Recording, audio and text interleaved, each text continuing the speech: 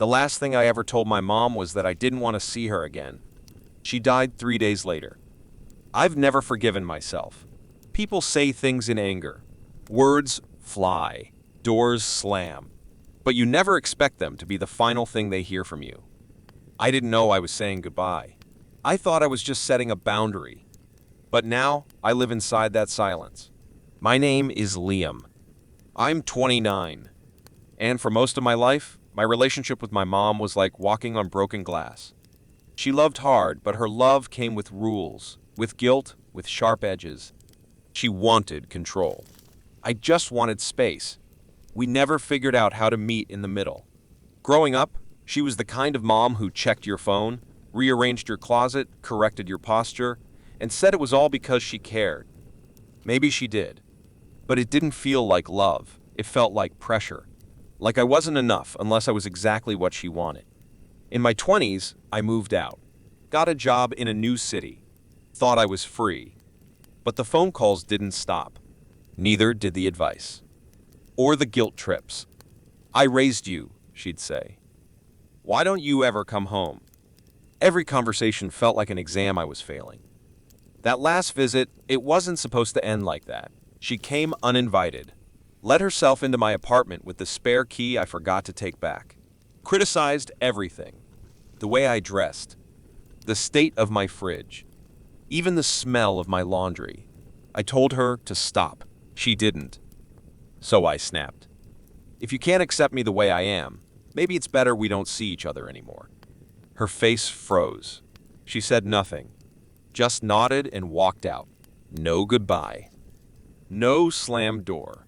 Just the quiet click of her leaving. I thought I was making a point. I didn't know I was breaking something forever. Looking back, it wasn't one fight. It was years of small wounds. Words that stung and stayed. My mom always had something to say about my weight, my job, the way I smiled too little. She called it honesty. I called it erosion. Slowly, she wore me down. As a kid, I wanted her approval more than anything. I brought home straight A's, cleaned my room without being asked, tried to be the good son, but nothing ever seemed enough. If I got an AE, she asked, why not an A+? If I got a promotion, she asked what was next. In college, we drifted. I stopped calling. She filled my voicemail with guilt. You used to need me, she'd say. Now, I guess I'm just an obligation. I didn't know how to respond to that, so I stopped trying. Silence became our safest language. She hated that I moved out of state. Hated that I didn't call every Sunday. Hated that I was happy without her. And instead of saying, I miss you, she said, you're selfish. Instead of, I'm proud, she said, you think you're better than us now. The last visit had started like all the others. Awkward hugs. Forced smiles. She made tea and told me my curtains looked cheap. I bit my tongue. She opened my fridge and called it a bachelor's disaster. I rolled my eyes. She asked if I was dating. I said no. She frowned like I'd failed a test. Then she opened the hallway closet and found a bottle of wine. You're drinking alone now? She asked. Her voice wasn't curious, it was accusatory. That's when I snapped. The words spilled out before I could stop them. I don't want to see you anymore. She didn't fight back. That was the worst part. She just looked tired, like she had heard it all before. Like maybe she believed I meant it. She walked out without slamming the door. And I stood there, heart pounding, thinking, maybe she'll call. Maybe I'll apologize. We still have time. I didn't know we didn't. The next day, she sent me a text. Just 6 words. I'm sorry. I love you anyway. I stared at it for a while. My thumb hovered over the screen. I thought about replying. Thought about calling. But my pride got in the way. I told myself she'd message again. That there'd be time. There always was until there wasn't. I never answered. I didn't delete the text either. I just left it there, sitting in my phone like a quiet flame. Waiting, but I was too stubborn, too tired of always being the one to bend. I wanted her to say more. I wanted her to change. I didn't realize that text was all she had left to give. 3 days later, I got the call. It was my uncle. His voice cracked when he said her name. "She passed away this morning," he said. "In her sleep.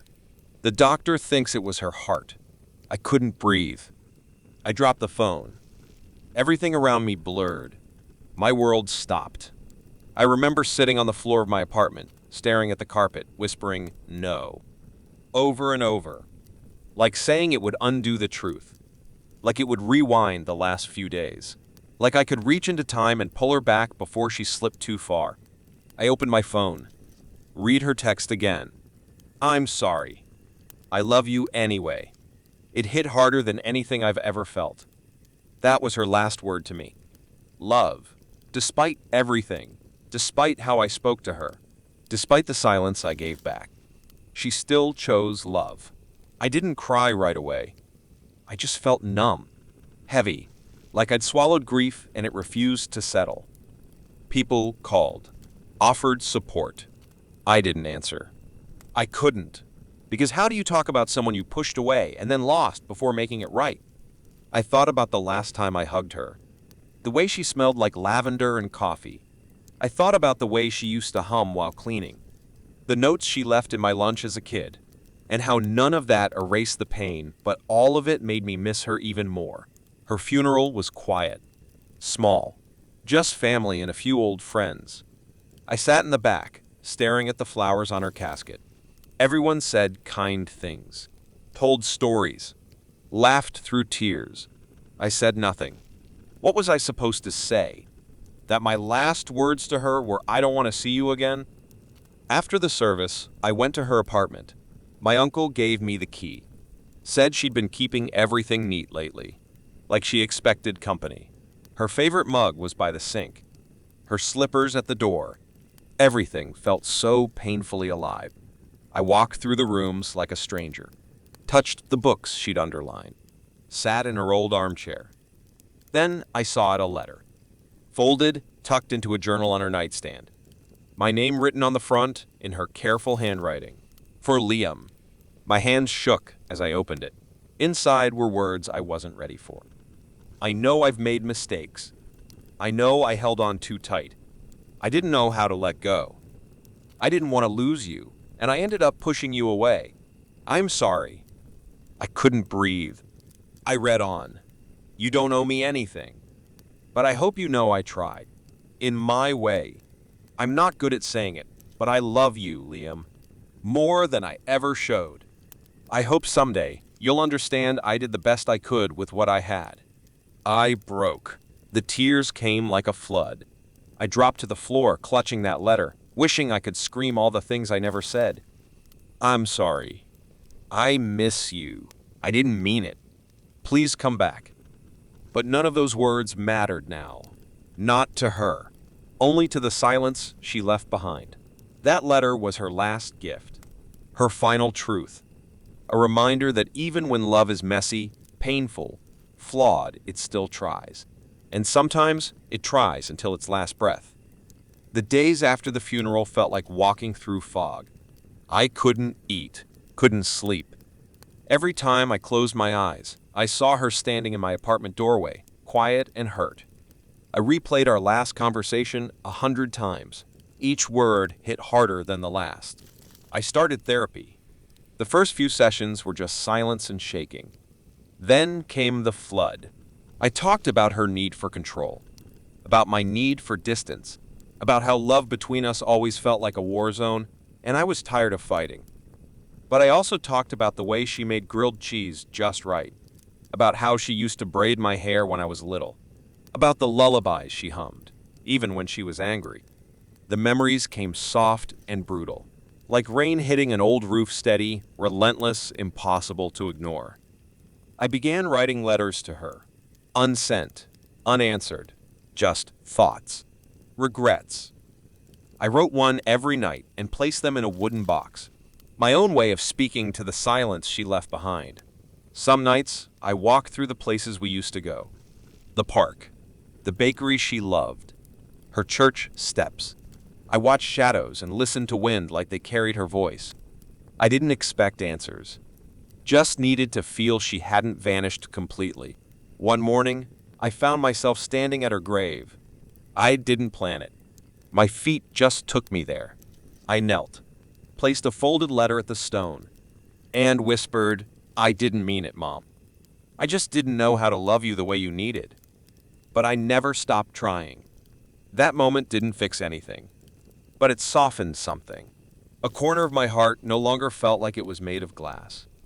And that softness, it was the beginning of forgiveness, not just for her, but for me. It's been over a year. The grief still comes, but it no longer swallows me whole. Some days it whispers. Other days it screams. But I've learned to sit with it, to let it be part of me, not all of me.